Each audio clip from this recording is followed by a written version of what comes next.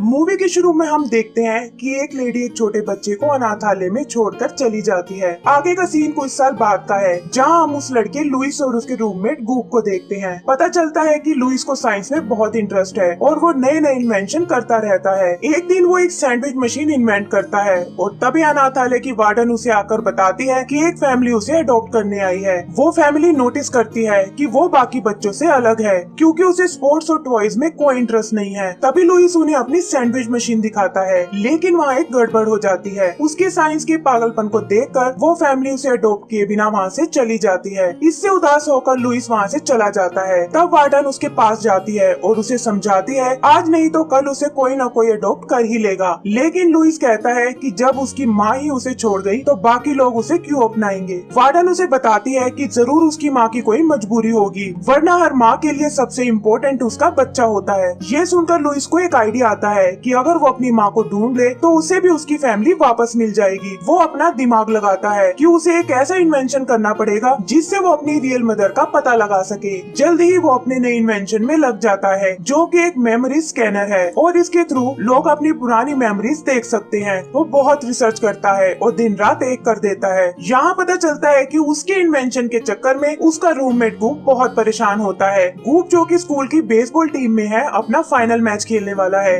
लेकिन नींद ना पूरी होने की वजह से वो बहुत थका हुआ है। आगे लुइस का इन्वेंशन कामयाब हो जाता है और वो उसे ट्राई करने के लिए साइंस फेयर में ले जाता है। फेयर में बच्चों को जज करने के लिए एक डॉक्टर लूसी आती है। सभी बच्चे अपना अपना इन्वेंशन दिखाते हैं और तभी लुइस भी वहाँ आ जाता है। आगे हम एक और लड़के को देखते हैं जिसका नाम विल्बर है। वो लुइस से मिलता है और उसे बताता है कि उसकी बनाई मशीन को कोई चुराना चाहता है। यहाँ पता लगता है कि वो फ्यूचर से आया है और किसी माइक नाम के लड़के को ढूंढ रहा है जो फ्यूचर से एक टाइम मशीन चुरा कर भागा है। तभी वहाँ माइक आता है और उसके पास एक रोबोटिक कैप है जिसे वो डोरिस बुलाता है। आगे हम देखते हैं कि डोरिस लुइस के इन्वेंशन के पास जाती है और उसका एक स्क्रू निकाल देती है। इस बात से बेखबर लुइस डॉक्टर लूसी को अपना इन्वेंशन दिखाना शुरू करता है, लेकिन तभी विल्बर की नजर डोरिस पर पड़ती है और वो समझ जाता है कि इन्होंने मशीन में कुछ गड़बड़ की है। विल्बर लुइस को रोकने जाता है, लेकिन तभी लुइस की मशीन से निकला फैन लैब में सब कुछ तहस नहस कर देता है। लुइस फिर से एक बार हताश होकर वहाँ से चला जाता है और विल्बर उसके पीछे जाता है। उनके जाते ही माइक और डोरिस मशीन को फिक्स करके उसे अपने साथ ले जाते हैं। इधर हम लुइस को देखते हैं जो इन सब से परेशान होकर अपने डिजाइन्स को नष्ट करने लगता है। तभी वहाँ विल्बर आता है और उसे समझाता है कि उसे साइंस फेयर वापस जाकर उस मेमोरी स्कैनर को ठीक करना होगा। लुइस ऐसा करने से और विल्बर फ्यूचर से आया है इस बात को मानने से इनकार कर देता है और उससे प्रूफ करने को कहता है। तभी विल्बर उसे टेरेस से नीचे फेंकता है, लेकिन लुइस विल्बर की इनविजिबल टाइम मशीन में गिरता है। इससे पहले कि वो कुछ समझ पाए विल्बर उसे उड़ाकर फ्यूचर में ले जाता है। लुइस देखता है कि वहाँ बहुत ही एडवांस और हाईटेक बिल्डिंग्स हैं। उसे यकीन नहीं होता और तभी विल्बर उसे कहता है कि अब उन्हें वापस जाकर वो मेमोरी स्कैनर ठीक करना होगा। लुइस उसे बताता है कि वो मशीन तो उसने बस अपनी मॉम को ढूंढने के लिए बनाई थी, लेकिन अब वो इस टाइम मशीन की मदद से उन तक जा सकता है। यहाँ उन दोनों में लड़ाई हो जाती है और उनकी टाइम मशीन क्रैश हो जाती है। विल्बर लुइस को वो टाइम मशीन ठीक करने को कहता है, वरना उसके पेरेंट्स बहुत नाराज होंगे। वो बताता है कि ऐसी सिर्फ 2 ही मशीन्स हैं, जिसमें से एक उस चोर माइक के पास है। लुइस मान जाता है, लेकिन उससे प्रॉमिस लेता है कि इस मशीन की हेल्प से वो उसकी मॉम को ढूंढने में मदद करेगा। इधर हम माइक को देखते हैं जो मेमोरी स्कैनर को अपना इन्वेंशन बताकर बेचना चाहता है। वो एक कंपनी में जाता है और अपना डेमो शुरू करता है, लेकिन डोरिस की मदद के बिना वो उस मशीन को चलाकर नहीं दिखा पाता और वो लोग उसे उठाकर बाहर फेंक देते हैं। यहाँ डोरिस उसे बताती है कि उन्हें लुइस को ढूंढना होगा क्योंकि वो ही जानता है कि ये कैसे काम करती है। आगे लुइस और विल्बर उस टाइम मशीन को उनके गैरेज में ले जाते हैं। वहाँ उसे एक रोबोट कार मिलता है जो लुइस से डरकर वहाँ से भाग जाता है। विल्बर उसे बताता है कि उसके बालों का डिजाइन देखकर कोई भी समझ जाएगा कि वो पास से आया है। आगे उसे वहीं छोड़कर विल्बर भी एक वैक्यूम ट्यूब से वहाँ से चला जाता है। वो कार को बताता है कि कैसे वो लुइस से टाइम मशीन ठीक कराकर उसे वापस भेज देगा ताकि वो मेमोरी स्कैनर को ठीक कर सके, लेकिन वो कार से यह सब कुछ अपनी फैमिली से छुपाने को कहता है और उससे टाइम मशीन का ब्लूप्रिंट ले लेता है। इधर लुइस गैरेज में घूमने लगता है, लेकिन तभी गलती से वो भी वैक्यूम ट्यूब से घर के बाहर आकर गिरता है। उस घर की डोरबेल बजाने पर अंदर से एक बड़ा सा ऑक्टोपस बाहर आता है। वो डर से भागने लगता है, लेकिन भागते हुए एक बूढ़े आदमी बर्ड से टकरा जाता है और उनसे गैरेज में वापस जाने का रास्ता पूछता है।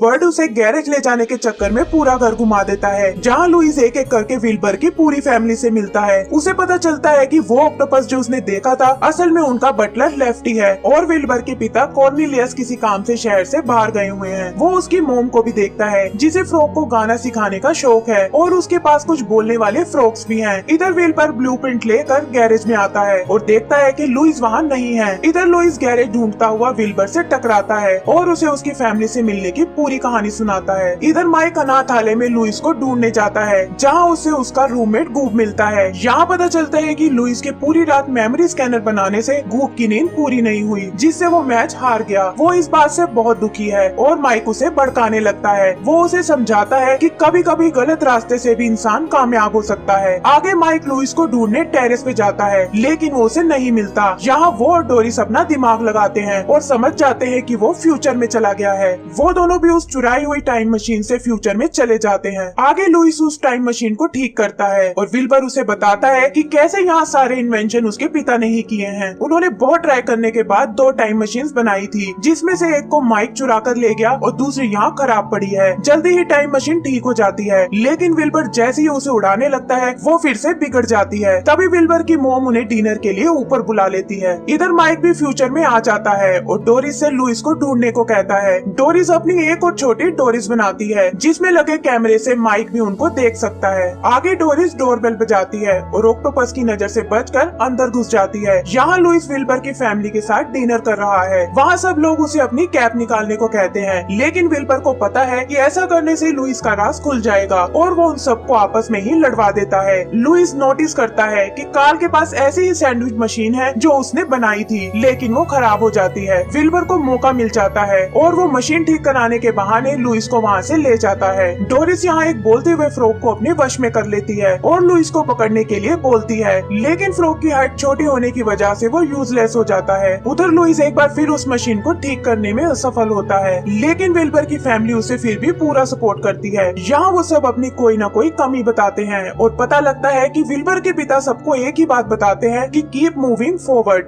यहाँ उन सबको पता चलता है कि लुइस एक अनाथ बच्चा है और यह सुनकर उनको बहुत दुख होता है। इधर फ्रॉग वाला प्लान फेल होने पर माइक टाइम मशीन की मदद से एक डायनासोर को वहाँ ले आता है और वो लुइस को अपने मुंह में पकड़ कर ले जाता है। विल्बर की पूरी फैमिली उसे बचाने में लग जाती है और लुइस एक छोटी जगह में छुप कर अपनी जान बचाता है। तभी विल्बर डायनासोर के सिर पर डोरिस को देखता है और समझ जाता है कि यह सब माइक का काम है। तभी वो डायनासोर विल्बर को पकड़ लेता है और लुइस वहाँ रखे एक डंडे की मदद से उसे बचाता है। विल्बर तुरंत अपनी गुलेल से डोरिस को डायनासोर के सर से अलग कर देता है और वो उससे बच जाते हैं। आगे पता लगता है कि विल्बर की फैमिली को लुइस इतना अच्छा लगा कि वो उसे अडॉप्ट करने के लिए कहती है लेकिन विल्बर चिढ़ जाता है और उसकी कैप हटा देता है जिससे उसकी फैमिली को पता लग जाता है कि वो पास्ट से आया है। विल्बर की मॉम लुइस से सॉरी बोलती है और उसे वापस अपने टाइम में जाने को कहती है। यहाँ लुइस को पता लगता है कि विल्बर ने उससे झूठ बोला था कि वो उसे उसकी मॉम से मिलवाएगा और इससे गुस्सा होकर वो वहाँ से चला जाता है। माइक मौका देखकर उदास लुइस के पास जाता है और उससे मेमोरी मशीन को ठीक करने के लिए कहता है। बदले में वो उसको उसकी मॉम से मिलवाने का वादा भी करता है। तभी वहाँ विल्बर भी आ जाता है लेकिन इससे पहले कि वो उसे रोक पाए लुइस माइक के साथ वहाँ से चला जाता है। वहाँ वो मेमोरी स्कैनर ठीक कर देता है और माइक को उसे चलाने का तरीका बताता है लेकिन पता चलता है कि माइक ने भी उससे झूठा प्रॉमिस किया था और वो उसे कैद कर लेता है। लुइस के पूछने पर वो बताता है कि असल में लुइस ही फ्यूचर में विल्बर का डैड है जिसने वो हाईटेक सिटी बनाई है और उसने यह सब इस मेमोरी स्कैनर की सफलता के बाद किया था। इसीलिए माइक उसे अपने नाम से बेचना चाहता है ताकि फ्यूचर में लुइस नहीं बल्कि वो एक कामयाब इंसान बने।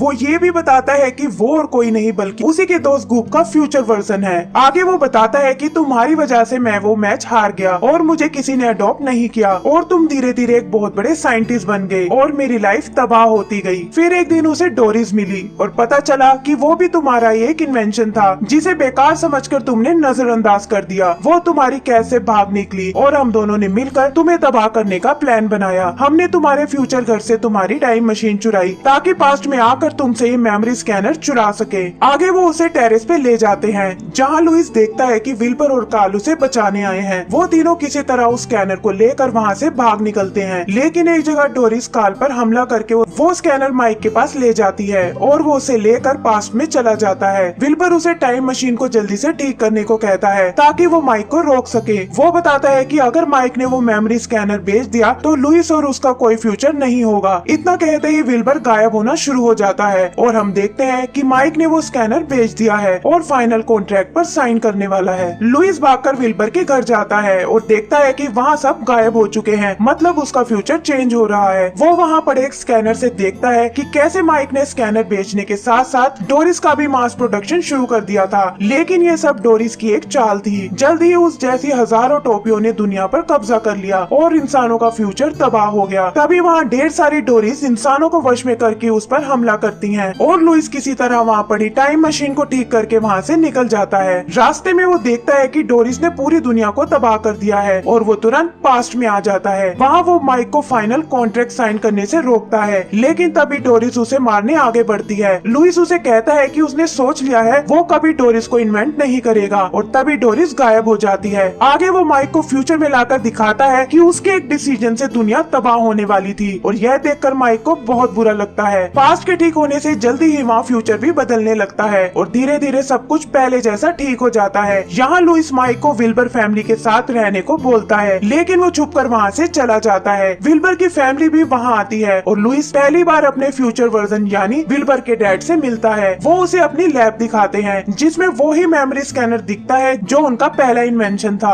आगे वो अपनी फ्यूचर फैमिली से अलविदा लेता है और विल्बर के साथ टाइम मशीन से चला जाता है। पता चलता है कि विल्बर अपना वादा पूरा करने उसे अपनी मॉम से मिलवाने लाया है। लुइस आगे बढ़ता है, लेकिन फिर कुछ सोचकर उनसे बिना मिले वापस आ जाता है। वो विल्बर को बताता है कि वो अपनी मॉम से इसलिए नहीं मिला क्योंकि अब उसकी फ्यूचर में एक पूरी फैमिली है और वो इसे चेंज नहीं करना चाहता। विल्बर उसे लेकर उसके प्रेजेंट टाइम में आता है और अलविदा लेता है। लुइस एक बार फिर साइंस फेयर में जाता है और रास्ते में वो गूप के कैच पकड़ने में मदद करता है ताकि वो फ्यूचर में एक बुरा इंसान ना बने। आगे वो उस मेमोरी मशीन से डॉक्टर लूसी के ऊपर ही एक्सपेरिमेंट करता है और उसे उसकी यादें दिखाता है। उन यादों में वो बर्ट को देखता है और समझ जाता है कि यही मेरी फ्यूचर फैमिली है। यही वो फ्रैंकी से मिलता है जो फ्रॉक्स को गाना सिखाती है और पता चलता है कि ये उसकी फ्यूचर वाइफ है। यहाँ गूप को भी उसके पेरेंट्स मिल जाते हैं। आगे वो अपनी फ्यूचर लैब में पहुँच जाता है और इसी के साथ हमारी मूवी खत्म हो जाती है।